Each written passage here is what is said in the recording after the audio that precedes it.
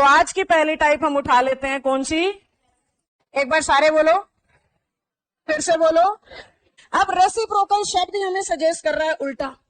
Math में reciprocal का मतलब क्या होता है? अगर एग्जाम, हाँ, अगर आपके टीचर ने लिखा है 2/5 तो आप उसको क्या कर दोगे? इसको कहते हैं रेसिप्रोकल मैथ्स की भाषा में। अब इंग्लिश में रेसिप्रोकल का मतलब तो उल्टा है, पर इसमें ये उल्टा पलटी नहीं होती, इसमें मीनिंग उल्टे पलटे होते। कैसे? इंग्लिश में, पूरे इंग्लिश में सिर्फ 2 शब्द ऐसे हैं जिनके मीनिंग आपस में उल्टे हैं। पहला शब्द ईच अदर और दूसरा शब्द वन अनदर। इन दो के अलावा कोई ऐसा शब्द है नहीं जिनके मीनिंग आपस में क्या हो? उल्टे हो। तो इनके मीनिंग उल्टे होने की वजह से ही इस टाइप का नाम रख रखा है। क्या?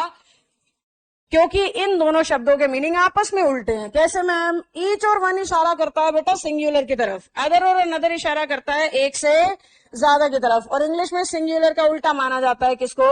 प्लूरल को। इस वजह से ईच अदर और वन अदर का नाम क्या रखा गया? Reciprocal pronoun. पर बात यह है कि पेपर में कैसे आएगा। देखो, पहला टास्क आपका ये होता है बेटा कि सेंटेंस अगर दिख रहा है तो उसमें आपको पता लगे एरर है किस चीज का। सबसे भारी समस्या बच्चे को आती है भाई, 3 एरर आते हैं, पहचान ही नहीं पाता वो कि ये कौन से टॉपिक से पूछ रखा है। और वो पहचानने के लिए ये टाइप्स आने जरूरी है। जब तक आपको बेसिक की समझ नहीं होगी पहचान बनेगी ही नहीं।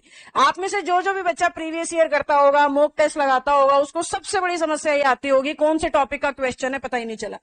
अब टॉपिक ही नहीं पता लगा तो रूल तक बेचारा कैसे पहुंचे? समझे? टॉपिक आइडेंटिफाई हो तो रूल तक जाए, टॉपिक ही नहीं हम आइडेंटिफाई कर पा रहे तो रूल दिमाग में आता ही नहीं है कि कौन सा लगाना है। इस वजह से ये टाइप्स की समझ होना जरूरी है, ताकि ईच अदर वन अदर देखते ही बच्चे को सीधा समझ में आ जाए। ये तो मैंने प्रोनाउन में पढ़ा था, और प्रोनाउन में कौन सा था? ये रेसिप्रोकल प्रोनाउन था।